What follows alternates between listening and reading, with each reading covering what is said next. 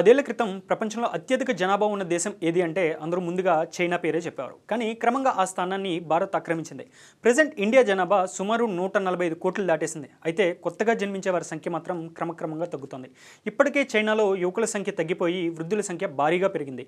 దీంతో అక్కడి ప్రభుత్వం పిల్లల్ని కనండి అంటూ ప్రోత్సాహాలు కూడా అందిస్తోంది. కానీ యువత మాత్రం పెళ్లి చేసుకునేందుకు కానీ పిల్లల్ని కనేందుకు కానీ ముందుకు రావడం లేదు.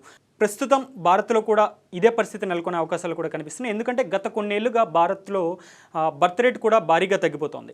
కెరీర్ మీద దృష్టి పెడుతున్న యువత పిల్లల్ని కనడంపై పెట్టడం లేదని నిపుణులు చెప్తున్నారు. ఆర్థిక పరిస్థితులు కూడా ఇందుకు మరో కారణంగా చెప్తున్నారు. పిల్లల పెంపకం ఖర్చుతో కూడుకున్న అంశంగా కొన్ని జంటలు భావిస్తున్నాయి.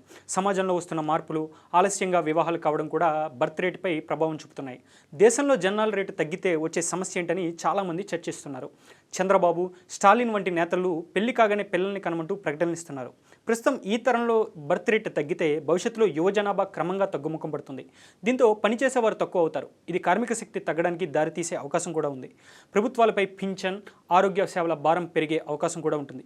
దేశంలో ఉత్పత్తి తగ్గుతుంది. ఇది దేశ ఆర్థిక వ్యవస్థపై తీవ్ర ప్రభావం చూపుతుంది. తమిళనాడు ముఖ్యమంత్రి స్టాలిన్ ఎక్కువ మంది పిల్లల్ని కనమని ఇటీవల ఓ సభలో వ్యాఖ్యానించారు. కొత్త జంటలు ఎక్కువ మంది పిల్లల్ని కనమని పిలుపునిచ్చి అందరినీ ఆశ్చర్యానికి గురిచేశారు. అయితే స్టాలిన్ చేసిన ఈ వ్యాఖ్యలపై రాజకీయ కోణం దాగి ఉంది. కేంద్ర ప్రభుత్వం డీలిమిటేషన్ చేపట్టేందుకు కసరత్తులు మొదలుపెట్టింది. జనాభా ప్రాతిపదిక ఎంపీ సీట్లు నిర్ణయించడమే ఈ ప్రక్రియ ముఖ్య ఉద్దేశం. రాష్ట్రానికి అధికంగా ఎంపీ స్థానాలు కావాలంటే ఎక్కువ జనాభా ప్రామాణికంగా కనిపిస్తోందని, అందుకే కొత్త జంటలు వీలైనంత వరకు ఎక్కువగా పిల్లల్ని కనాలని స్టాలిన్ పిలుపునిచ్చారు. డీలిమిటేషన్ అనేది జనాభా ప్రాతిపదికన జరుగుతుంది. జనాభాను నియంత్రించడంపై తమిళనాడు శ్రద్ధ చూపి విజయం సాధించింది. అయితే అప్పుడు చేసిన ప్రకటన ఇప్పుడు వారికి ఎదురు తిరిగింది. గతంలో ఇచ్చిన ప్రకటనతో ఇప్పుడు చాలామంది జంటలు వన్ చైల్డ్ పాలసీకి అనుగుణంగానే ఒకరినే కన్నారు. దీంతో ఇప్పుడు యువ జనాభా భవిష్యత్తులో తగ్గిపోతోంది. దీంతో అలాంటి పరిస్థితులు రాకూడదని భావించి ఇప్పుడు ఎక్కువ మంది పిల్లల్ని కనాలని పిలుపునిస్తున్నారు. అందుకోసమే పెళ్లి చేసుకున్న వెంటనే పిల్లలను కనాలని, వారికి అందమైన తమిళ పేర్లు పెట్టాలని కోరుతున్నారు. ఒకప్పుడు ఇద్దరు వద్దు ఒక్కరే ముద్దు అని చెప్పిన సీఎం చంద్రబాబు కూడా ఇప్పుడు ఎక్కువ మంది పిల్లల్ని కనండి అంటూ పిలుపునిచ్చారు. జనాభా తగ్గిపోతోందని, ప్రపంచం ముసలిదైపోతోందని ఆయన ఆవేదన వ్యక్తం చేశారు.